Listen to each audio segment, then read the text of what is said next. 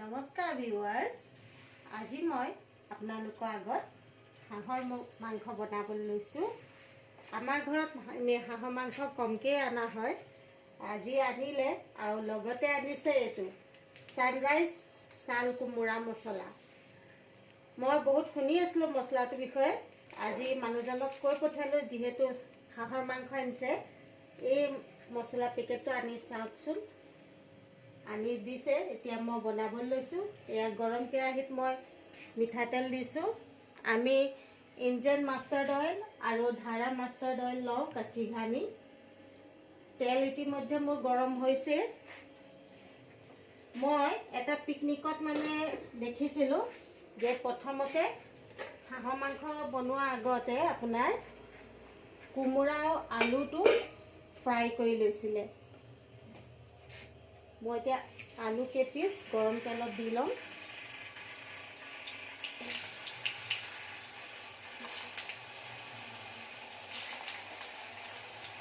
নেজানো কেনেকুৱা হয়, এনেইতো ইমানো বেয়া নহয় বাৰু খোৱা বনোৱাত। মই কোমোৰাটো কাটিবলৈ পাহৰিছিলোঁৱে, এতিয়া কাটি দি দিছোঁ, একো নাই।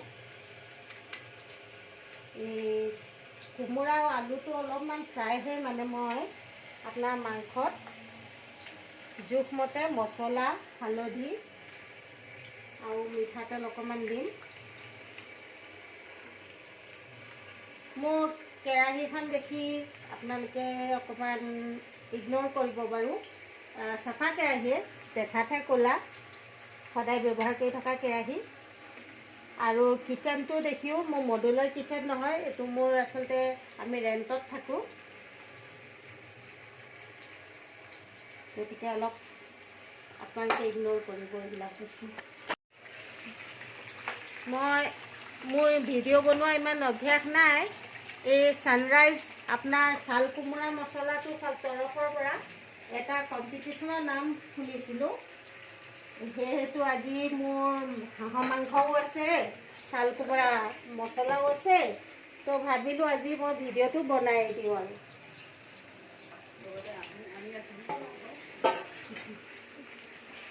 আৰু ভিডিঅ' শ্বুট মোৰ ছোৱালীয়ে কৰিছে দেই।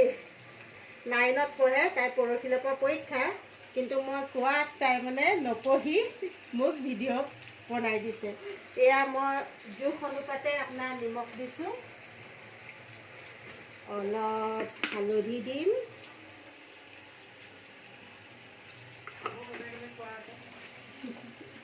আচলতে আমি এতিয়া 4জন মানুহ আছোঁ, 4জনৰ কাৰণে বনাইছোঁ, কিন্তু মাংসটো অলপ বেছিয়ে হ'ব যে পাইছোঁ। একো নাই, কাইলৈও খাম। এয়া দেই, মই আপোনাৰ এইটো ছানৰাইজৰ হাঁহ ছাল কোমোৰা মছলাটো ফালি লৈছোঁ। 1 পেকেট দিলে হ'ব চাগে। এয়া মই হাঁহ ছানৰাইজ পিয়'ৰ হাঁহ ছাল কোমোৰা মছলা 1 পেকেট পূৰা দি দিছোঁ দেই। বেছি জ্বলা হ'লে কিন্তু নেজানো আৰু, আমাৰ জ্বলা কমকৈ খায়। এয়া অকণমান জালুক গুড়া, আমাৰ মছলা খুব কম চলে, সেইকাৰণে মই অলপ কমাই দিম। এইটো দিছোঁ জিৰা পাউডাৰ, আন্দাজ অনুসৰি যোনে যেনেকৈ ভাল পায়। এইটো হৈ গ'ল মোৰ গৰম মছলা।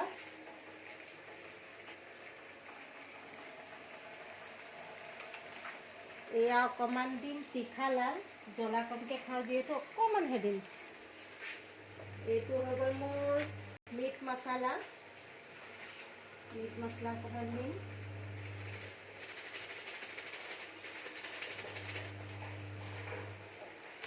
আৰু থাকি গ'ল আমাৰ এতিয়া ধনিয়া গুড়ি অলপ দি দিম। এতিয়া এইখিনি ধুনীয়াকৈ মিলাই ল'ম। অকণমান মই মাষ্টাৰ্ড অইল দিম ইয়াতে।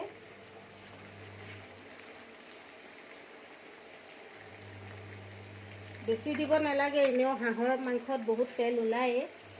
মই সেইকাৰণে কেৰাহীটো কমকৈ তেল দিছোঁ। ভালকৈ এইখিনি মেছ কৰিম। এয়া মই পানী উতলাই আছোঁ মাংসত দিবৰ কাৰণে। পানী উতলিলে আৰু বন্ধ কৰি দিওঁ। ইতিমধ্যে মোৰ এয়া আপোনাৰ আলু আৰু চাল কোমোৰাটো ভাজি উঠিছে। এতিয়া মই কাঢ়ি দিম। আৰু এই থাকি যোৱা তেলখিনিতে পিঁয়াজ, আদা, ৰচুন দি মাংসখিনি ভাজিব পৰা যাব। আৰু পিছত মাংসখিনি আধা সিজা হওঁতে মই এই আলু আৰু কোমোৰাখিনি যে ভাজি লৈছিলোঁ, আধা ভজা কৰি লৈছিলোঁ, সেয়া দি দিম। মই বিলাহীও কাটি থৈছোঁ, মাংসত দিম।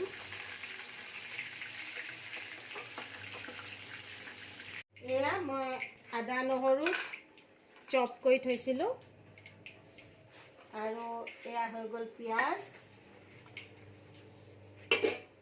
পিঁয়াজ মই মাংসত দিয়া নাছিলোঁ, এতিয়া মই পিঁয়াজটো দি দিম। পিঁয়াজটো দি আৰু এয়া আদা নহৰু যে এইখিনিও আৰু অলপ ইয়াত দি দিম মই। আৰু থকাখিনি মই গৰম তেলত দিম। আকৌ এবাৰ লৰাই লওঁ।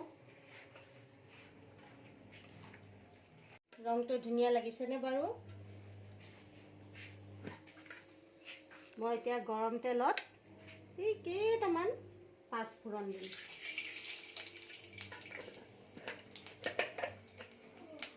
আমাৰ মানুহজনে আকৌ আপোনাৰ এইবোৰ লং, ইলাচি, দালচিনি, পাঁচফোৰণ এইবোৰ দিলে, তেজপাত দিলে বৰ ভাল নাপায়।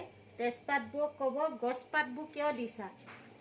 তো গছপাতো দুখিলামান দি দিওঁ, তেওঁক খাবলৈ দিওঁতে কিন্তু মই মন কৰিব লাগিব যে গছপাত তেওঁক থালিত যাতে নাযায়।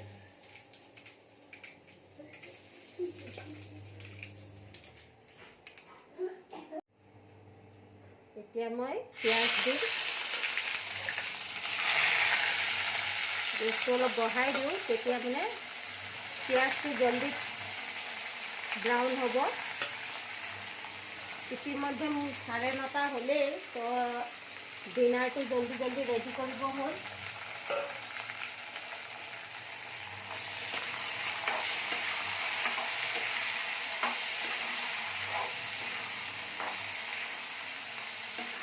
এইখিনি অলপ গোল্ডেন ব্ৰাউন হোৱালৈকে ভাজিম। মোৰ এইফালে অকণমান ধৈৰ্য্যটো কম, গতিকে মই কেতিয়াবা পূৰা গোল্ডেন কালাৰ নহওঁতেই আপোনাৰ আদা নহৰু দিয়ে দিওঁ।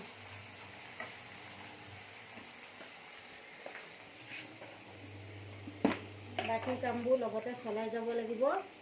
মছলা পেকেটটো ভালকৈ থৈ লওঁ, নহ'লে আপোনাৰ জানে যে ইয়াৰ হাৱাটো গুচি গ'লে ফ্লেভাৰটো বহুত কমি যায়। ইতিমধ্যে অকণমান গোল্ডেন কালাৰ হৈছে। তো মই এতিয়া এই যে আদা নহৰুখিনি আছিলে এইখিনি ইয়াতে দি দিম।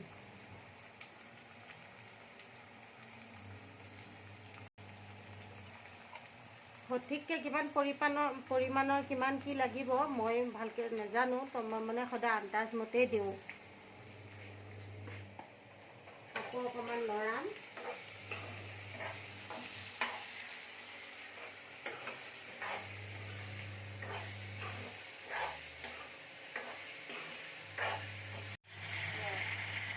এতিয়া মই ইয়াত চপ কৰি থোৱা টমেটো এড কৰিম। টমেটো মই বেছি নাই দিয়া, সৰু সৰু 4টা দিছিলোঁ।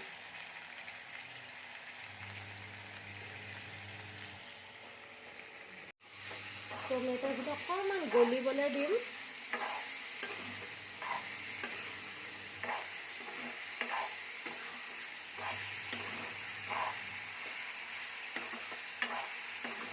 অকণমান বেছি ফ্ৰাই নকৰিলেও আপোনাৰ নিজে সময়ত এইটো গলি যায় বাৰু।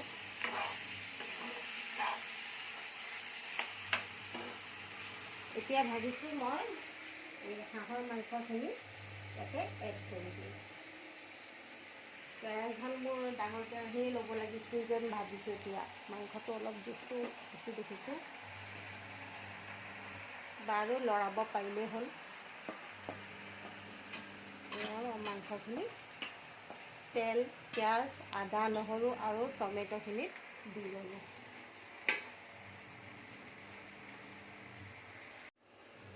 অকণমান লৰাম। মই বস্তু এটা দিবলৈ পাহৰিলোঁ।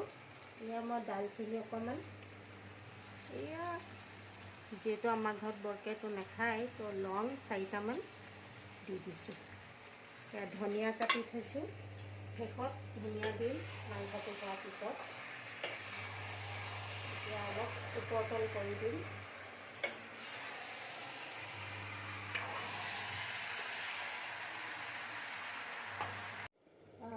ইতিমধ্যে মোৰ 15 মিনিট হৈ গ'ল মাংসখিনি কেৰাহীত বহোৱা, আৰু মই মাজে মাজে লৰাইও আছিলোঁ অলপ। এতিয়া মানে মই ভাবিছিলোঁ অকণমান জোলটো পানী যিখিনি ওলাই গৈছে নিজে অলপ কমি যাব বুলি, কিন্তু নকমিলে। অকণমান তলিত লগা নিচিনা হৈছে। তো মই এতিয়া আলু আৰু কোমোৰাখিনি ইয়াতে এড কৰি দিম।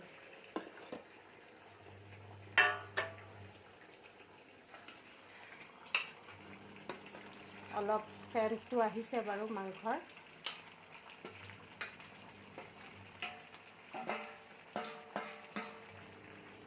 মই আলু আৰু কোমোৰাখিনি ইয়াত দি দিলোঁ।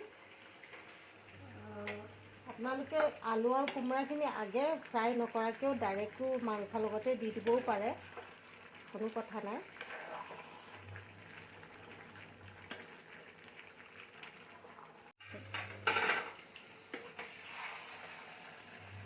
এয়া এতিয়া মই লৰাই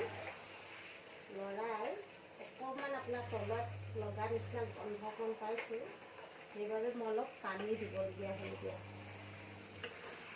অকণমান লৰাই মই পানী অকণ দি দিম।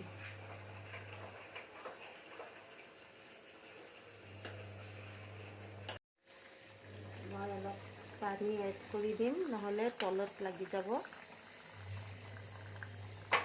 অলপ উতলক, আলু আৰু কোমোৰাকণ অকণমান সিজক।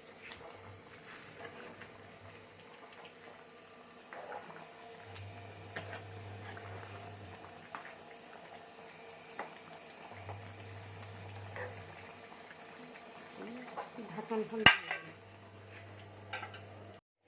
এয়া মই বনোৱা এতিয়ালৈকে 45 মিনিট হৈ গ'ল মাংস বনোৱা। মাজে মাজে গেছটো মই কম বেছি কৰি আছিলোঁ, আৰু লৰাইও আছিলোঁ। পানীও জোখমতে অলপ অলপকৈ দি আছিলোঁ যাতে তলিত নালাগে।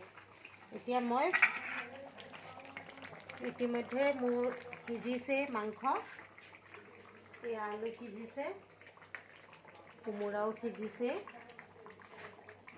আৰু বেছিকৈ কোমোৰাটো গলি গ'লে আচলতে বৰ ভাল নালাগে, অকণমান গোটা হৈ থাকিলে ভাল লাগে।